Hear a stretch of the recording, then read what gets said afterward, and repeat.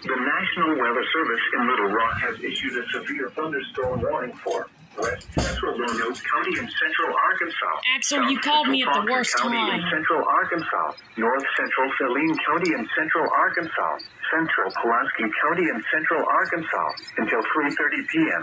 At 2:51 p.m., a severe thunderstorm was located near Chenal Valley or near West Little Rock, moving north Okay, so 50 miles per hour. This will produce a significant hazard to those currently engaged in search and rescue operations. okay, so the storm's gone, 60 miles per hour wind From gusts and Little Rock. quarter-size hail. but it gave some very bad damage to that building right there. Impact. Hail damage to vehicles is expected. Expect wind damage to roofs, siding, and trees.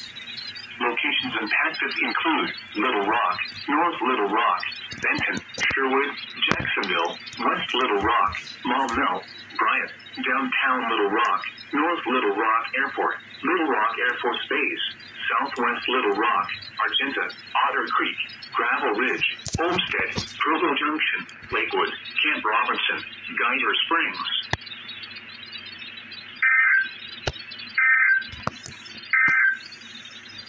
Here are the latest weather conditions.